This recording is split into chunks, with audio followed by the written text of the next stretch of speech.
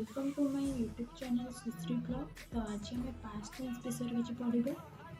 तो आपण मैंने जानते पास्ट टेन्स सब कमनली यूज होता है। आम जिते भी कौन कथा तो आम पास्ट टेन्स विषय कथा तो पास्ट टेन्स आमर सब गोटे सेंटेन्स सब तीनो फॉर्म था subject plus verb plus object.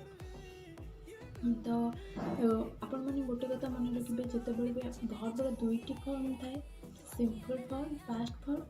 तो जितेबाला भी आपण मैंने गोटे सेंटेन्स बनेबे से आपण मैंने गोटे गोटे इंग्लिश लैंग्वेज रे जितेबाला आपण मैंने पास्ट टेन्स पाई गोटे सेंटेन्स बनेबे से आपण मैंने सब्जेक्ट प्लस वर्बर simple form plus object use करेंगे। ये मुझे आपण मैंने गोटे एग्जांपल दूची आई प्ले फुटबॉल आर पास्ट टेन्स हम आई प्ले फुटबॉल। तो आपण मैंने जापर यहाँ के सहज आउ गोटे एग्जांपल दूसरी आई गो टू कॉलेज। तो ए पास्ट टेन्स हम आई वेंट टू कॉलेज। तो आपण मैंने मन रखिए जितेबाला भी गोटे सेंटेन्स बना जाए से आपण मैंने जब पास्ट टेन्स रे सेंटेन्स बनवाई चाहते आपने सब मन रखिए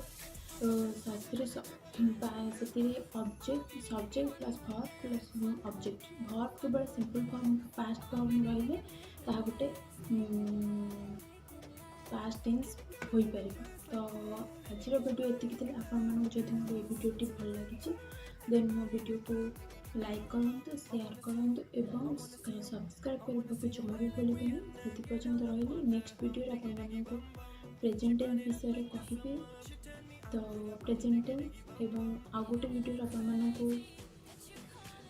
पर वीडियो आपको फ्यूचर टेन्स विषय कहे।